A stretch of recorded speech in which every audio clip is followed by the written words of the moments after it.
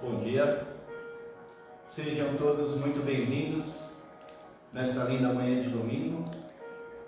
Estamos dando continuidade às palestras do Momento Espírita, sempre agradecendo a Allan Kardec por esse presente que ele nos deu. Vamos falar sobre as bem-aventuranças e hoje a Lili Figueiredo vai compartilhar o seu conhecimento com a gente nessa palestra, falando sobre indulgência. Lembrando que as palestras no Momento Espírita estão sendo transmitidas pelo Facebook e pelo Instagram, no canal do Semeador. Vamos então fazer a nossa prece? Vamos neste momento agradecer ao nosso Pai pela oportunidade de estarmos nesta manhã com Jesus Cristo, que vem nos ensinar mais uma vez como sermos espíritos melhores, como evoluirmos, a indulgência que vai ser falada pela Lili, que a gente possa sintonizar o nosso pensamento agora com os espíritos de luz do Semeador, com Jesus, para que possamos absorver ao máximo este conhecimento e aplicá-lo no nosso dia a dia. Que assim seja, graças a Deus.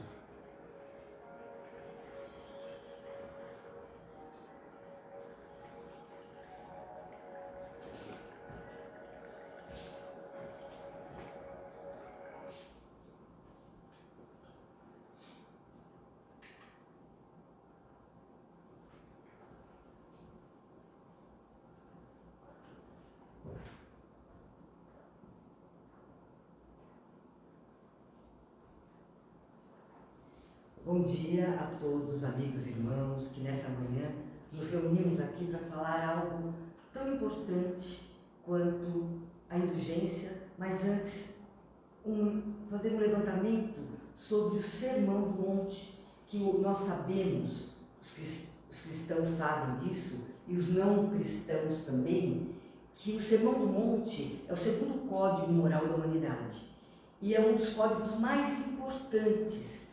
Aquele cristão que não o conhece, que não o estudou, não pode se dizer cristão.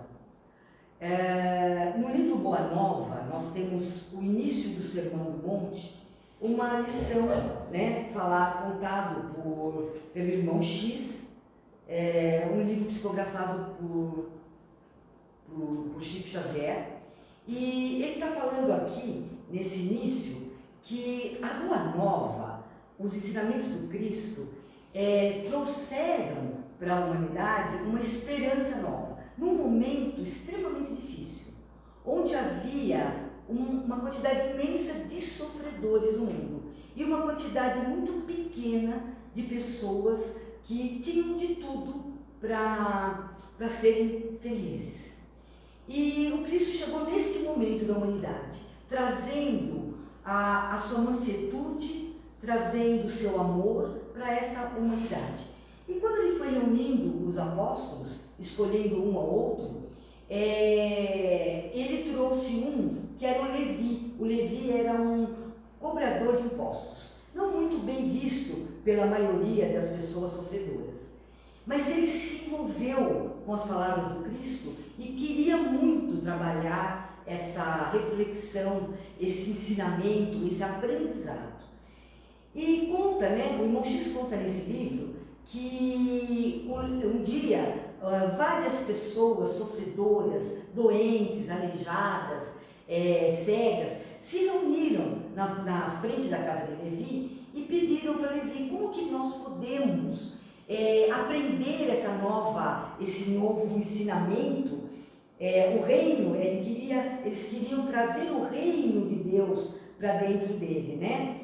E Levi, que ainda não estava tão dentro dessa nova doutrina, conhecendo realmente o que Jesus veio dizer, o Levi falou que o novo reino congregará todos os corações sinceros e de boa vontade, que desejem irmanar-se como filhos de Deus, mas que podeis fazer na situação em que vos encontrais. Então, o Levi dá uma resposta correta, né? Que o reino se congregará a todos os corações sinceros na Boa Nova, mas ao mesmo tempo ele inferiorizou aquelas criaturas por elas serem doentes. Então ele foi dizendo a cada um deles, né? Que poderás realizar, Lisandro, aleijado como és, e assim um ao outro. E todos eles, muito tristes, saíram e foram embora. Logo em seguida chega Jesus e André na casa de Levi. E Levi conta o que aconteceu, né? Relatou a ocorrência. E Jesus, ele fala o seguinte: que conseguiria o evangelho do reino com esse... Não, Levi diz: que conseguiria o evangelho do reino com esses aleijados e mendigos? E Jesus, na sua imensa sabedoria, diz o seguinte: no entanto, Levi, precisamos amar e aceitar a preciosa colaboração dos vencidos do mundo.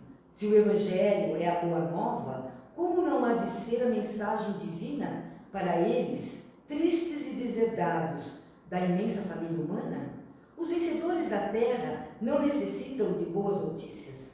Nas derrotas da sorte, as criaturas ouvem mais alto a voz de Deus, buscando os oprimidos, os aflitos, os caluniados. Sentimos-nos tão unidos ao céu, nas suas esperanças, que reconhecemos na coragem tranquila que revelam um sublime reflexo na presença do nosso Pai em seus espíritos.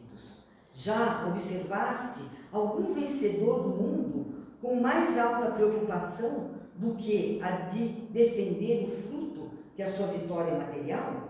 O que Jesus diz?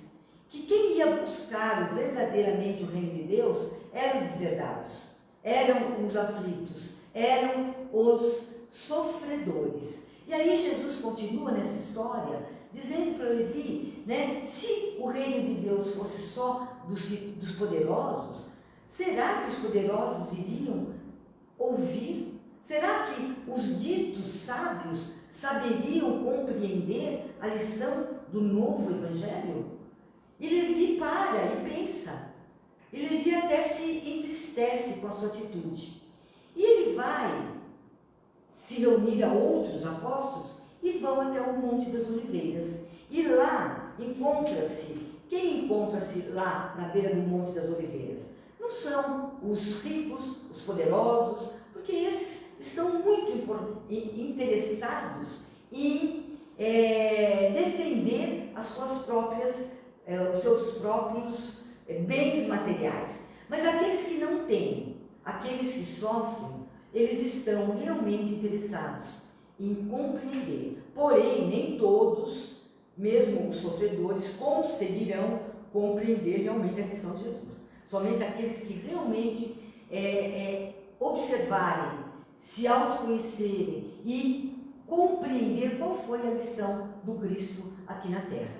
Então, acho que nós hoje podemos nos sentir essas criaturas sedentas, né, de conhecimento, de autoconhecimento, e procurando, creio eu, porque a doutrina espírita nos traz esse legado, de procurarmos esse autoconhecimento a autorreflexão, ampliar a consciência sobre nós mesmos, para que nós possamos começar a nossa reforma, a nossa modificação. Agora, o que eu reformo se eu não conheço? E logo em seguida, os apóstolos se reúnem e Jesus começa o Sermão do Monte. Nós vamos hoje nos ater a bem-aventuranças, né?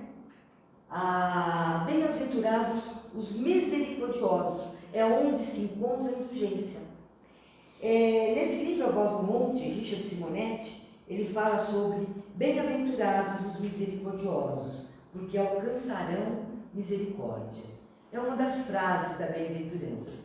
Cada frase da bem-aventurança tem que ser estudada, tem que ser trabalhada internamente. E quando ele fala da misericórdia, ele está dizendo que devemos amar o nosso próximo, compreender as mazelas do outro. Porque na realidade, nós temos tantas desculpas para as nossas próprias mazelas, nós temos tanta dificuldade, né, com o outro e achamos sempre que estamos certos. Mas se nós começarmos a usar de indulgência, que a indulgência nada mais é do que misericórdia, perdão, a capacidade de perdoar o outro. Daqui a pouco a gente vai falar sobre a indulgência dentro do Evangelho segundo o Espiritismo. Mas sobre a misericórdia, que também não deixa de ser indulgência, o Richard Simonetti nos traz dizendo que se nós tivéssemos mais misericórdia, com certeza estaríamos num mundo um pouco melhor. Nós ainda sofremos no mundo em que vivemos. Nós ainda choramos, nos sentimos muitas vezes sozinhos, deserdados. Mas aquele que realmente aceitar Jesus não vai se sentir assim. Vai começar a ver o que realmente é importante. E quando uma pessoa, ou um povo, ou toda uma população de um local, de um país, ou mesmo de um planeta, começar a ter misericórdia, começar a ser manso, começar a ser pacífico, nós vamos estar num processo evolutivo que Kardec fala muito nesse processo evolutivo, da importância dele. E o próprio Cristo, com as bem-aventuranças, ele está falando desse processo evolutivo. Ele fala, numa das frases, que bem-aventurados os mansos, porque herdarão a terra. Esse é o princípio da evolução.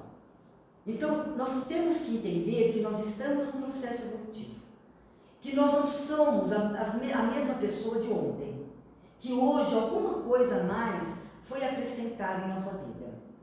E temos que ter também a compreensão e o entendimento de que todo o conhecimento que trazemos para nós, e esse conhecimento faz sentido para nós temos obrigação de pôr em prática. Porque o conhecimento, ele traz para nós responsabilidade. Então não adianta nós conhecermos todo o Evangelho, citar todos os capítulos e itens do Evangelho de Jesus e não aplicá-los em nossa vida.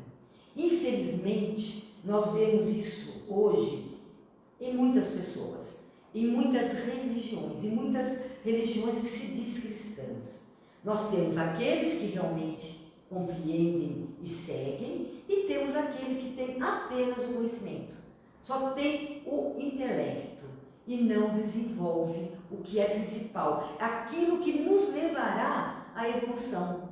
E aí eu pergunto para vocês não estão cansados de sofrer? E eu me pergunto todos os dias, será que nós não estamos cansados de sofrer? Não está na hora de olharmos esse mestre com outro olhar, não como apenas um professor que está ali tentando nos ensinar, mas sim como discípulos dele, como aquele que aceita o conhecimento e que pratica esse conhecimento. Porque o Cristo, como está nessa imagem, ele fala para uma multidão, ele fala com mansuetude, ele fala com sabedoria, com conhecimento de causa. E quantos de nós, todos os dias, oramos para ele? Oramos para esse Cristo, para esse Jesus, que já tocou os nossos corações, mas que nós ainda não conseguimos fazer a mudança. Porque se tivéssemos feito a mudança real, nós estaríamos vivendo o que o mundo está vivendo hoje. Então está mais do que na hora de nós compreendermos. Nós tivemos uma comunicação de um amigo espiritual a semana passada, e ele nos disse, trouxe uma pergunta para cada um de nós. O que nós queremos na nossa vida? Ele dizia a seguinte mensagem: foque na tua mudança, na sua mudança individual. Parem de se preocupar com a mudança do pai, da mãe, do filho e do irmão. Por que isso?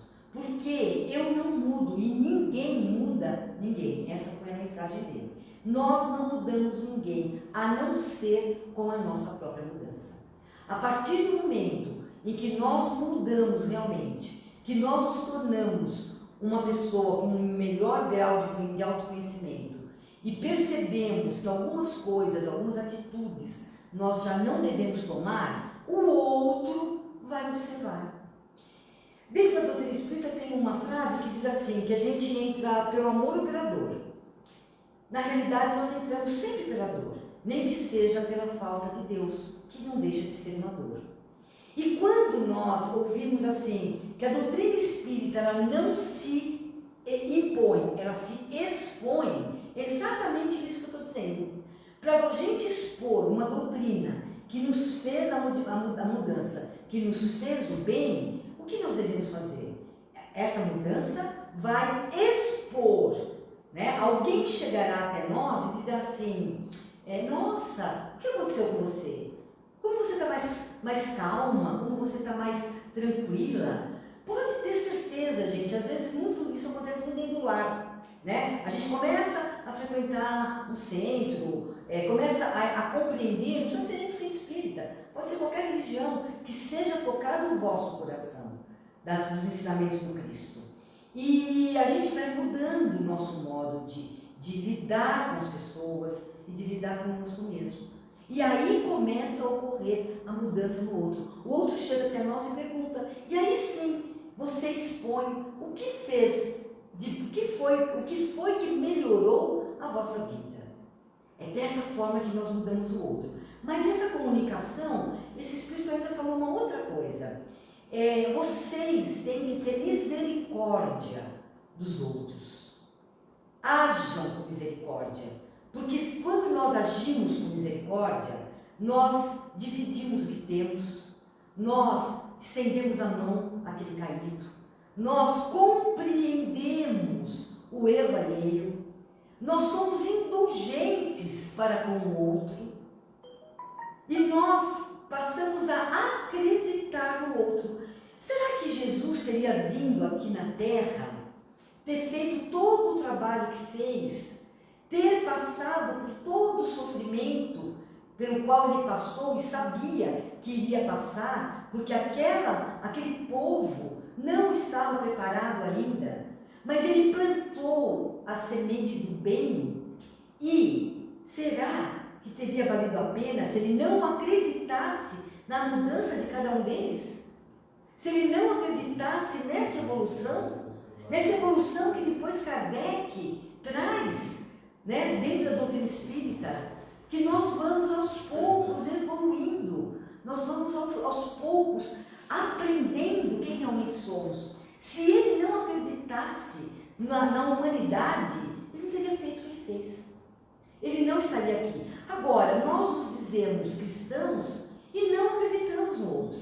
Nós não acreditamos na recuperação do nosso irmão, daquele irmão caído, daquele irmão que está ali, agora há pouco comentando com o nosso colaborador aqui da casa sobre tantas criaturas dentro do vício, vivendo como zumbi, né, lá na Cracolândia, e você vê aquela situação e muitas pessoas vêm e dizem: não, isso não tem jeito, não vai ter solução. E eu digo para vocês, nós temos um trabalho com dependente químico que tem solução.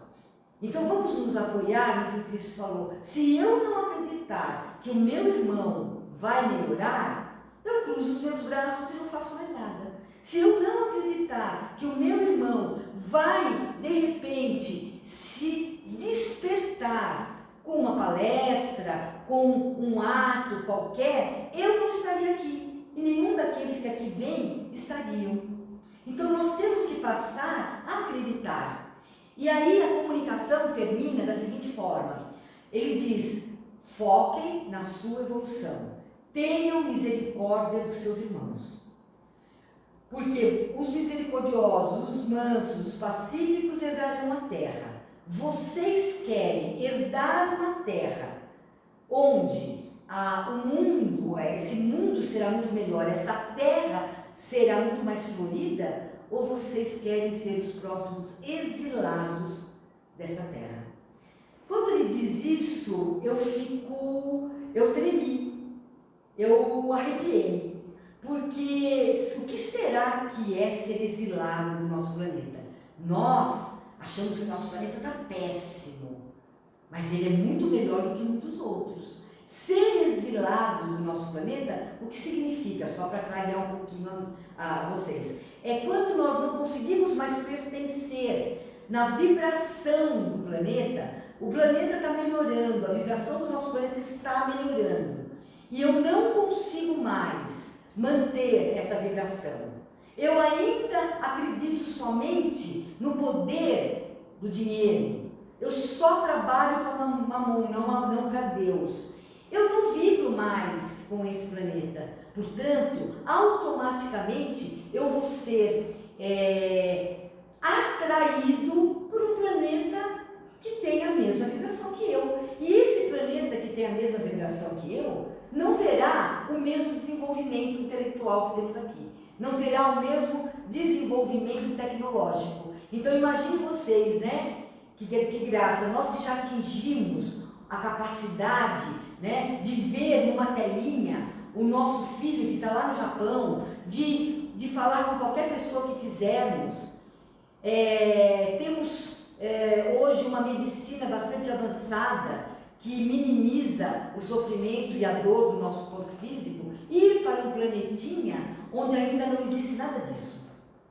Como nós tivemos aqui na Terra, que são os exilados de Capela. Aqueles que vieram de Capela e tiveram que habitar a Terra ainda sem nenhum desenvolvimento.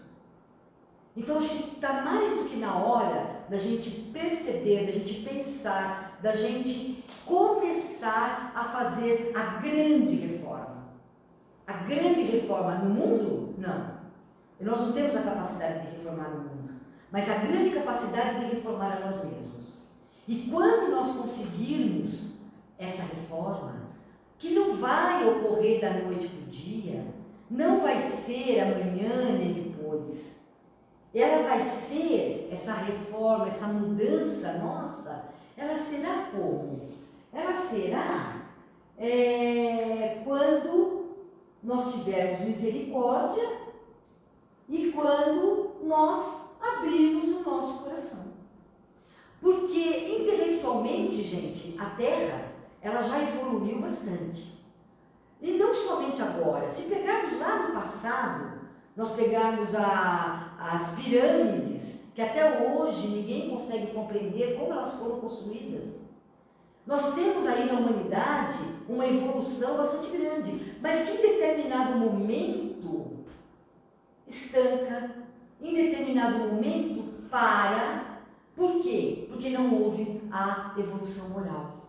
Não adianta o planeta evoluir intelectualmente e não evoluir moralmente, porque essa evolução intelectual vai destruir a criatura humana, se não houver juntamente a moral. se não houver o nosso abrir o coração. Como esse, não sei se dá para ver direito, gente, mas esse quadro é um quadro que foi feito por um pintor, e ele, quando expôs esse quadro, uma pessoa chegou para ele e falou: mas você não terminou o quadro? E aí a pessoa falou: como não? Né, o pintor, está terminado. Ele falou: mas essa porta não tem maçaneta. E o pintor disse: essa porta é a decoração, só tem maçaneta de dentro para fora. E se nós não abrirmos, não vai ser o Cristo que virá abrir, porque nem ele tem o poder de abrir essa porta. O poder que o Cristo teve foi de vir trazer ensinamento, de exemplificar principalmente, né, como deveríamos agir, para que nós pudéssemos abrir os nossos corações. Como muitos abriram o seu coração naquele momento. Aqueles que seguiram o Cristo, que realmente aceitaram a vinda dele, seguiram caminhando e levando esse conhecimento do Evangelho para o resto do mundo. Cada apóstolo saiu por uma cidade e levou esse conhecimento. Paulo, que é para nós o maior exemplo de mudança, de transformação, foi o que mais divulgou o Evangelho de Jesus. Se pegarmos o Novo Testamento, pegarmos os 4 evangelistas juntos, não dá as cartas de Paulo. Paulo, que era uma pessoa, para nós, ruim, que matava os cristãos, porque ele acreditava naquilo, porque falaram para ele que aquilo era certo, ele se transforma. Cristo aparece para ele e toca o seu coração, mas não é da noite para o dia. Paulo vai para o deserto, Paulo vai meditar sobre a própria vida, Paulo vai meditar sobre o que aquilo significava, tudo aquilo significava, para depois ir ao encontro das pessoas e das criaturas necessitadas, como Cristo pediu. Então entendam bem, nós não vamos mudar amanhã. Amanhã, só porque lemos o Evangelho, assistimos uma palestra, nós teremos uma pessoa nova. Não. A mudança vai ocorrer quando nós começarmos a pôr em prática nas pequenas coisas. Quando as pessoas entram para a doutrina espírita, muitos, né? Eu estou há pouco tempo na doutrina, gente, eu só acho que não posso falar, né? Senão eu vou falar da minha idade, né? Mas há pelo menos uns 40 anos. Ela é tão maravilhosa que ela toca de tal forma o nosso coração que a impressão que dá é que nós mudamos completamente. Então, a pessoa que fuma para de fumar, a pessoa que bebe para de beber, a pessoa que fala mal dos outros para de falar, mas na realidade não houve a mudança. Daqui a pouco ela volta a fumar, ela volta a beber, ela volta a falar mal dos outros. Porque a mudança é lenta e gradual. Eu tenho que conhecer e começar a colocar em prática. Então, o Richard Simonetti aqui ele diz: se houvesse misericórdia no mundo, não teríamos tantos e tantos correndo atrás de interesses imediatistas. Se tivéssemos misericórdia, não teríamos tanta sobra de alimentos e abastadas mansões, sem tanta falta, nem tanta falta deles em esquecidos casebres. Se houvesse misericórdia, não existiriam famílias com ricos armários abarrotados, não haveria gente com agenda tomada por compromissos sociais e festas, não conheceríamos a palavra órfão, nem seriam erguidos orfanatos. Quando a população da Terra tiver misericórdia, gente, isso foi dito há mais de 2000 anos. Nós, como espíritas, sabemos que a gente vem de encarnação em encarnação, aprendendo esses ensinamentos, para a gente perceber como é lenta a nossa mudança. A nossa mudança é lenta. Se nós já conseguimos ter um pouquinho de misericórdia com algumas situações ou com algumas pessoas, pode ter certeza que nós não temos misericórdia por tudo e por todos. Ainda falta muito. Nós ainda estamos muito ligados ao imediatismo.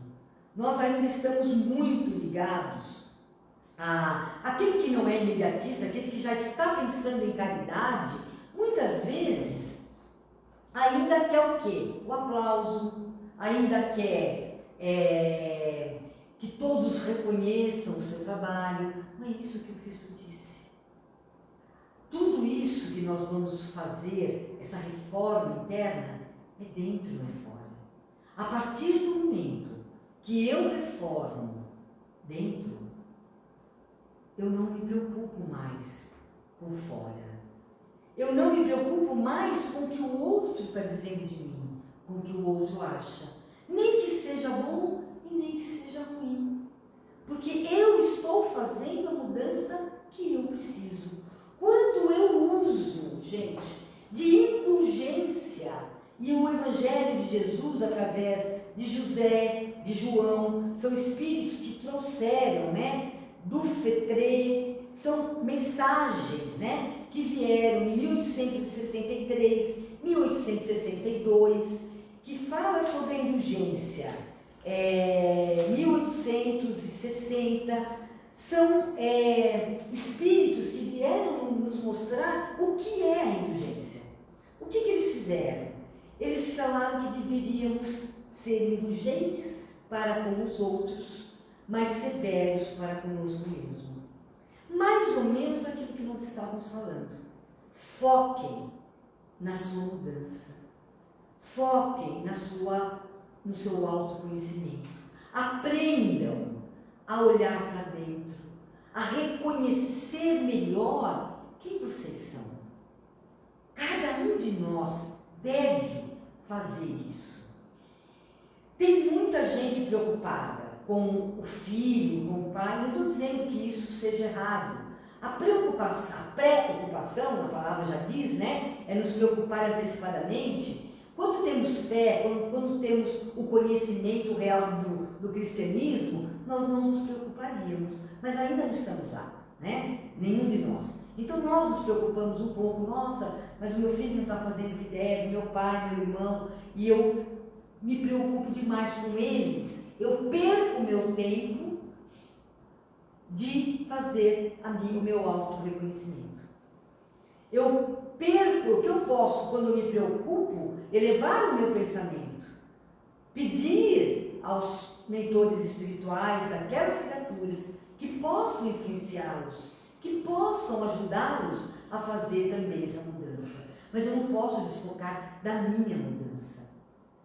Eu não vou ter a desculpa, nós não teremos a desculpa, gente, quando chegarmos no plano espiritual, de que, eu não tive tempo de fazer a minha reforma. Eu tive que cuidar de um, tive que cuidar de outro, tive que cuidar de todo mundo e não cuidei de mim porque eu cuidei dos outros. Não é bem assim. Todos nós temos tempo para cuidarmos de nós. Vamos fazer o que Santo Agostinho pediu? Nós temos lá muito claro no Livro dos Espíritos. Santo Agostinho diz: faça como eu fazia quando estava encarnado. Todos os dias passava pela minha consciência o que eu fiz durante aquele dia. Como eu deveria ter agido no momento em que agi errado. Como eu poderia ter sido melhor.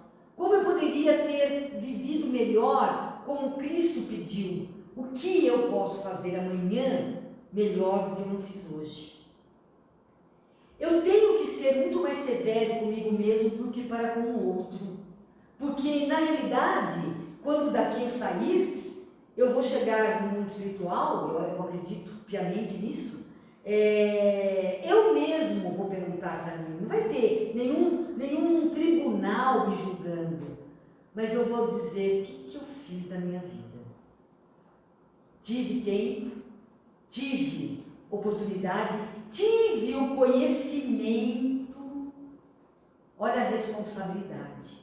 E o que eu fiz? Nesse momento tão único que é o nosso, de estarmos encarnados, vamos parar de perder tempo em lamúrias, em tristezas, em conjecturas. O mundo está ruim, as coisas estão ruins, olha como tudo está ruim. Tudo está acontecendo da maneira que deve acontecer. estamos vivenciando hoje? Por exemplo, aqui hoje não temos plateia, né? São coisas novas na nossa vida. Não vamos olhar isso como uma desgraça. Nós estamos vivendo um período rico de despertamento da humanidade. Mas só irá despertar aquele que quer. Só irá despertar aquele que procurar. Será que eu não tenho 15 minutos no meu dia? Nós temos 24 horas no dia. Eu não tenho 15 minutos do meu dia para olhar para dentro de mim? Para fazer a minha reflexão sobre o meu dia? Sobre as minhas atitudes? Sobre o meu caminhar? Como é que eu estou lidando com a minha família, com o meu amigo, com a minha religião, com o meu trabalho, com as pessoas que eu encontro na rua? 15 minutos eu não tenho? São desculpas que nós não vamos gostar muito de lembrar quando lá estivermos. Nós estamos tendo momentos únicos de despertamento. Ah, mas tem muita gente errando, tem o cara que pôs o dinheiro na cueca, não importa, é problema dele, não é seu, não é meu. Ele irá, uma hora a consciência dele vai despertar. Quem sou eu para dizer alguma coisa? Gostar? Eu gosto de ver uma notícia dessa. Acho que nenhum de nós gosta. Mas nós precisamos ter misericórdia. Olha como é difícil. Nós precisamos ser indulgentes. Olha como é difícil. É fácil ser indulgente com alguém que derrubou um copo d'água no chão, alguém que, sei lá, não falou direito com a gente. Mas é difícil a gente ser indulgente com aquele que está roubando do povo. Que está roubando não é só a parte material, está roubando a esperança. Mas nós precisamos ter misericórdia. Tem uma prece, gente, quem quiser procurar no Google encontra, que chama Prece de Cerinto. É uma prece muito bonita. A prece de Cerinto, ele fala que ele não vem pedir para os deserdados, para os famintos, para os pobres. Não, ele vem pedir para aquele que causa o mal. Ele vem pedir para aquele que tira a esperança do coração, que tira o pão da boca da criança, daquele que ainda não sabe o valor de uma vida e tira a vida do outro. E essa prece, gente, até me arrepia, ela é muito linda. Procurem no Google Prece de Cerinto e leiam, porque nós esquecemos muito dessas criaturas que precisam muito das nossas orações. E dessa forma, nós não usamos de misericórdia. Precisamos orar para aquele que sofre? Claro, o que está no hospital, no orfanato, mas não podemos esquecer de vibrar lá para Brasília.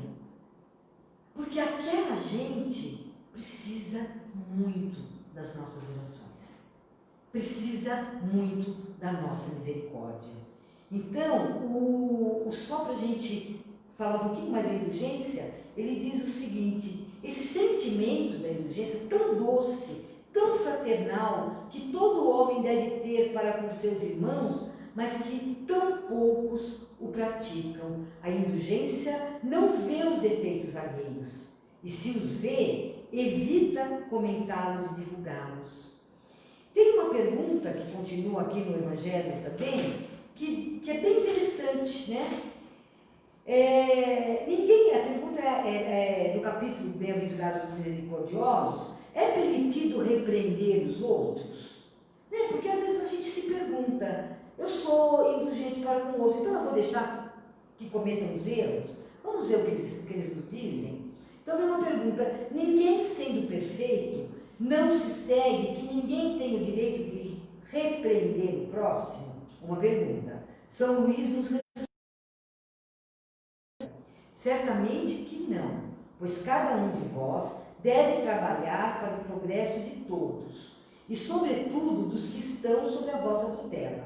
Mas isso é também uma razão para fazermos com moderação, com uma intenção útil, e não como geralmente se faz, pelo prazer de denegrir. Olha que diferença! Eu posso chamar a atenção do outro, Posso, eu e ele. Eu não tenho que ir para uma multidão para falar do defeito do outro. Eu tenho que usar de misericórdia até quando eu vou repreender o mal no outro. Nesse último caso, a censura é uma maldade, né? Quando nós queremos denegrir. No primeiro, é um dever que a caridade manda cumprir com todas as cautelas possíveis. E ainda assim, a censura que se faz do outro deve ser endereçada também a nós mesmos, que para vermos se não a merecermos. Será repreensível observar as imperfeições dos outros, quando disso não possa resultar nenhum benefício para eles, e mesmo que não as divulguemos? Outra resposta: tudo depende da intenção. Gente, nós precisamos compreender que o certo e o errado depende muito, mas muito mesmo, da intenção da qual nós agimos para com o outro. Então, vamos deixar hoje uma lição, né? Vamos ser indulgentes, misericordiosos para com o outro e um pouquinho mais severos conosco mesmos. Vamos desenvolver a fé, a caridade e lembrar que Ele, o Cristo, Ele é o caminho, a verdade e a vida. Ele está, como nessa foto, nesse desenho, nesse quadro, envolvendo, não pode ser uma foto, né, gente? Mas é um quadro que está envolvendo a Terra. E ele não está sozinho.